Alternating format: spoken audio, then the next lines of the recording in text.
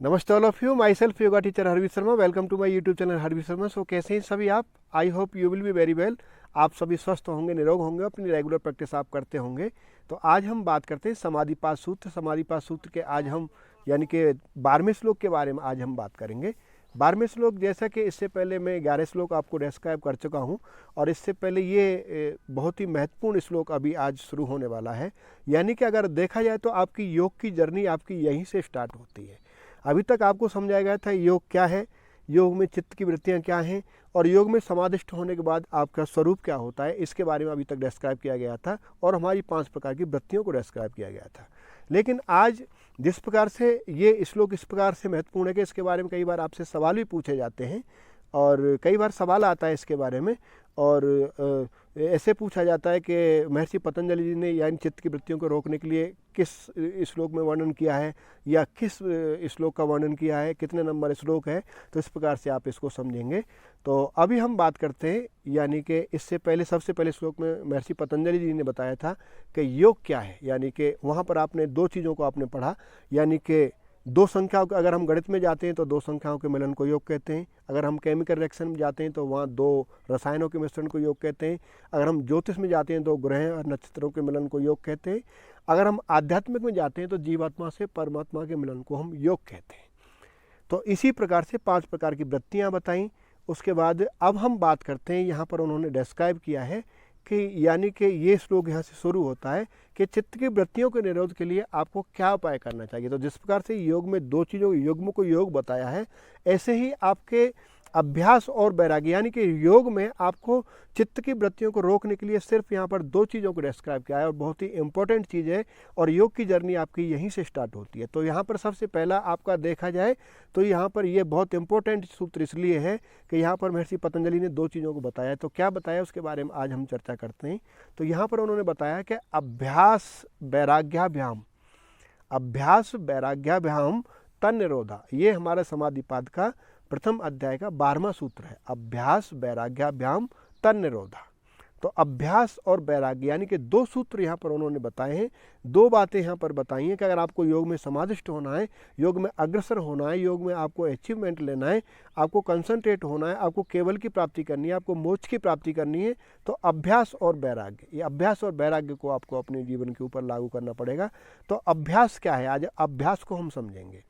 यानी कि जो भी हम यत्न करते हैं, जो भी हम प्रयास करते हैं किसी चीज़ को पाने के लिए, जैसे कि अगर मैं योग साधक हूँ, अगर मैं योग का स्टूडेंट हूँ, या मैं योगा टीचर हूँ, तो मैं जो अभ्यास करता हूँ उसको प्रैक्टिस के लिए, जैसे मैं सूक्ष्म व्यायाम, स्थूल व्यायाम, और उसके बाद सन सॉल्यूटेशन, उसके बाद में आसन, प्राणायाम, मुद्राज, बंधाज, षटकर्मा, जो भी हम प्रैक्टिस करते हैं उसको हम अभ्यास बोलते हैं।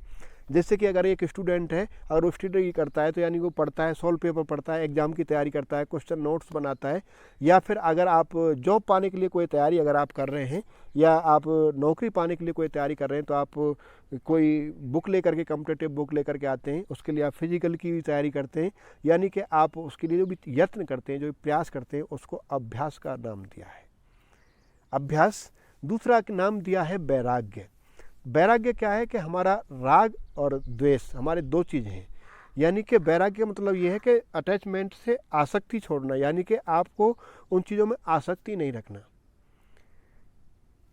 अभ्यास और वैराग्य, वैराग्य क्या है कि एक तो होता है राग और एक होता है वैराग। राग होता है कि यानी कि हमारे वस्तुओं के प्रति आसक्ति, वो किसी भी वस्तु में हो सकती है, अपने ज़मीन जायदाद में हो सकती है, धन संपत्ति में हो सकती है, परिवार में बच्चों के प्रति हो सकती है, पत्नी के प्रति होती है, यानी किसी के प्रति भी आपको आसक्ति हो सकती है, आपको राग हो सकता है, या अटैचमेंट हो सकता है, उसको हम राग बोलते हैं। और वैराग्य यानी कि उससे दूर होना, यानी कि उसके अंदर आपको लोलुपता नहीं रखना, आपके ऊपर उसके ऊपर डिपेंडेंसी नहीं बढ़ना, आपको उनके ऊपर आसक्ति नहीं रखना, उसको हम वैराग्य बोलते हैं। तो अभ्यास और वैराग्य यहाँ पर दो चीज़ों को यहाँ डिस्क्राइब किया है, और इस प्रकार से आप अपने योग में समाधिष्ट हो सकते हैं, अग्रसर हो सकते हैं। तो अभ्यास और वैराग्य, अभ्यास क्या है, तो तन्निरोधा, तन्निरोधा यानी कि अभ्यास और वैराग्य से निरोध हो जाते हैं। क्या हो जाते हैं? चित्त की वृत्तियाँ, इनके बारे में बात किया। अभ्यास वैराग्याभ्याम तन्निरोधा, यानी कि अभ्यास और वैराग्य से उन चीज़ें रुक जाती हैं। कौन सी चीज़ें रुक जाती हैं? चित्त की वृत्तियाँ, जो हमारी 5 प्रकार की जो वृत्तियाँ बताई थी वो हमारी उनका निरोध हो जाता है, वो रुक जाती हैं। तो यहाँ पर हमको क्या करना है कि यानी अभ्यास और वैराग्य के द्वारा हमको अपना उनके ऊपर एक बांध बनाना है, यानी कि हमको पुल बनाना है। किसका निरोध करने के लिए बांध बनाना है? हमारी चित्त की वृत्तियों को रोकने के लिए बांध बनाना है। और खाली बांध बनाने से ही नहीं होगा, हमको उनके ऊपर वैराग्य की भावना भी रखना है, यानी कि हमको कर्म भी करना है और हमको वैराग्य भाव से करना है। जैसे आपने सुना होगा कि रस्सी आवत जात से करत करत अभ्यास के जड़मत हो तो सुजान, रस्सी आवत जात से सिल पर पड़त निशान। तो ये अभ्यास के लिए आपका सटीक फॉर्मूला साबित होता है, यानी कि पत्थर के ऊपर भी लकीर बन जाती है अभ्यास करने से। लेकिन यहाँ पर महर्षि पतंजलि ने अभ्यास के साथ वैराग्य की बात कही है, यानी कि आपको आसक्ति को आपको त्यागना होगा, आपको राग द्वेषों को त्यागना होगा और आपको यानी कि एक सम मार्ग पर चलना होगा। आपको आसक्ति नहीं रखनी है और निरंतरता आपको अभ्यास करना है। तो यहाँ पर बोलने का मतलब ये है। दूसरा, यहाँ हम चर्चा करते हैं कि जिस प्रकार से आप जब आपकी चित्त की वृत्तियों का निरोध हो जाता है तो क्या आपके अंदर कोई विचार नहीं आता? आता है, अवश्य विचार आता है। इसका मतलब ये नहीं कि आपके विचार बिल्कुल रुक जाते हैं। चित्त के अंदर वृत्ति यानी कि आप हर समय भजन में नहीं बैठ सकते, हर समय आप अभ्यास नहीं कर सकते, आपके अंदर विचार आते हैं। विचार आते हैं लेकिन वो पॉजिटिव विचार आते हैं, आपके योग में सहायता आपको करते हैं, आप योग मार्ग में अग्रसर होते हैं, आपके अंदर नेगेटिव चीज़ें नहीं आती हैं। यानी कि यहाँ पर हमारे चित्त के अंदर 2 प्रकार की हमारी प्रभाव होते हैं, यानी कि एक पापवही धारा और एक हमारी यानी कि पापवही और हमारी कल्याण वही। पापवही जो कि हमको यानी कि राग देश की ओर ले जाती हैं, यानी कि हमको बुरे कर्मों की ओर आसक्त करती हैं, हमको यानी कि राग देश में हमको अटैचमेंट रखती हैं, उनको हम पाप वही धाराएं बोलती हैं। और कल्याण वही धारा जो शुभ कर्मों की ओर ले जाती हैं, हमको योग मार्ग में प्रशस्त करती हैं, हमारी योग मार्ग में सहायता करती हैं, हमको योग मार्ग में अग्रसर करती हैं, हमारे योग को सिद्ध करती हैं, उनको हम पाप वही कल्याण वही 2 धाराओं के नाम से जानते हैं। चित्त में वो इस प्रकार से प्रचलित होती हैं। तो इस प्रकार से आप इसको समझेंगे तो मैं आशा करता हूं कि आप अगर आप किसी भी फील्ड में, योग में ही क्यों, अगर योग में हैं तो आपको ये इन चीज़ों को मानना ही पड़ेगा, आपको करना ही पड़ेगा, यानी अभ्यास और वैराग्य। और अगर आप किसी भी फील्ड में, आप योग ही क्यों, अगर आप सामान्य जीवन भी अगर आप जी रहे हैं तो मेरा उन लोगों के लिए भी सुझाव है कि आप किसी भी फील्ड में हैं, चाहे आप स्टूडेंट हैं, चाहे आप रनिंग करते हैं, चाहे आप रेसलर हैं, चाहे आप कुश्ती लड़ते हैं, चाहे आप रनिंग करते हैं, चाहे आप म्यूजिशियन हैं, चाहे आप संगीतज्ञ हैं, जो भी हैं, यानी कि अभ्यास और वैराग्य, आपको अभ्यास करना है और वैराग्य, यानी कि 2 चीज़ों को आपको उसमें से निकालना होगा। यानी कि हम कोई भी काम करते हैं तो सबसे पहले आदमी सोचता है कि इस काम को करने से मेरे को क्या बेनिफिट होगा, उसमें अटैचमेंट पहले आदमी ढूंढता है। तो आपको निस्वार्थ भाव से आपको सेवा करनी है, निस्वार्थ भाव से आपको आपका अभ्यास रेगुलर करना है, निरंतरता के साथ करना है। ये नहीं कि आपने आज किया कल नहीं किया, आपने आज किया 1 सप्ताह नहीं किया, तो इसको अभ्यास नहीं बोलते। और उसमें आसक्ति आपको नहीं रखनी है, उसमें डिपेंडेंसी आपको नहीं रखनी है।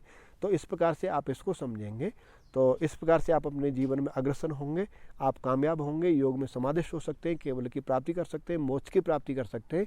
और इसके बारे में श्री कृष्ण भगवान ने गीता में भी बोला है। श्री कृष्ण भगवान ने गीता में बोला है, अभ्यासेन तु कौन्तेय वैराग्येण च गृह्यते।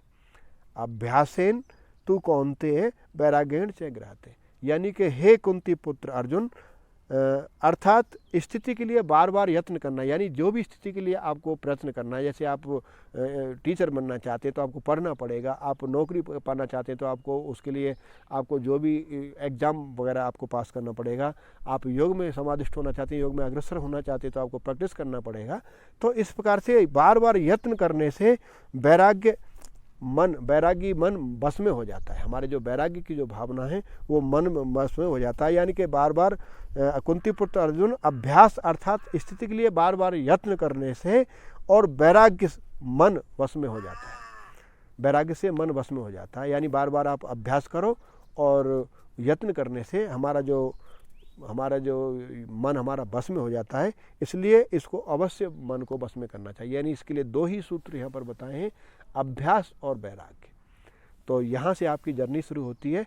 तो इनको आप जीवन में आप उतारें, इसको अपने जीवन में लागू करें। आप किसी भी फील्ड में रहें लेकिन इन 2 चीज़ों को आप अपनाएं, अभ्यास और वैराग्य। तो इससे आप योग में समाधिस्थ होंगे, अग्रसर होंगे, आप केवल की प्राप्ति कर सकते हैं, मोक्ष की प्राप्ति कर सकते हैं, अपने फील्ड में आप कामयाब हो सकते हैं, आप अचीवमेंट गेन कर सकते हैं। तो इस प्रकार से आप इनको पार करते हुए आप संप्रज्ञात समाधि की ओर अग्रसर होंगे। और जब संप्रज्ञात समाधि में जब आप पहुंच जाते हैं तो उसके बाद लास्ट स्टेज आपकी असंप्रज्ञात समाधि में आप अग्रसर होंगे, योग में समाधिष्ट होंगे। आप केवल की प्राप्ति कर सकते हैं, मोक्ष की प्राप्ति कर सकते हैं। तो इसलिए ये श्लोक बहुत ही महत्वपूर्ण है और योग की परीक्षाओं में भी कई बार पूछा जाता है। इसके सूत्र के बारे में पूछा जा सकता है और या फिर आपसे पूछा जा सकता है कि चित्त को यानी चित्त की वृत्तियों को निरोध करने के लिए क्या उपाय है, महर्षि पतंजलि जी ने बताए हैं। तो चित्त की वृत्तियों को निरोध करने के लिए और भी उपाय हैं, अष्टांग योग के अंदर भी है, हठ योग के अंदर भी हैं। आप यानी कि आप चित्त प्रसादन के द्वारा भी आप कर सकते हैं, क्रिया योग के द्वारा भी आप चित्र की यानी वृत्तियों को आप रोक सकते हैं। तो इस प्रकार से आप इसको समझेंगे। तो लेकिन अगर आपसे पूछा जाता है तो आप इस प्रकार से क्वेश्चन कई बार परीक्षा में पूछे जाते हैं। तो इस श्लोक को आप यात्रा की दृष्टि से, आप योग की दृष्टि से और आप अपने यानी कि परीक्षा की दृष्टि से ये बहुत ही महत्वपूर्ण है। तो मैं आशा करता हूँ कि आप इसको बढ़िया से समझ पाएंगे, कर पाएंगे और अपने जीवन में इसको लागू करेंगे। योग में आप अग्रसर होंगे, समाधिष्ट होंगे। और मेरा आप लोगों से रिक्वेस्ट है कि मेरा चैनल हरवीर शर्मा के नाम से है। अगर आप इस चैनल पर नए हैं तो आप सब्सक्राइब अवश्य कर लें और बेल आइकन बटन दबाना ना भूलें, जिससे कि अगर मैं नेक्स्ट वीडियो डालता हूँ तो आपको टाइम से अपडेट मिलता रहेगा और वहाँ पर मेरे आप सभी वीडियो को देख पाएंगे। नमस्ते ऑल ऑफ यू।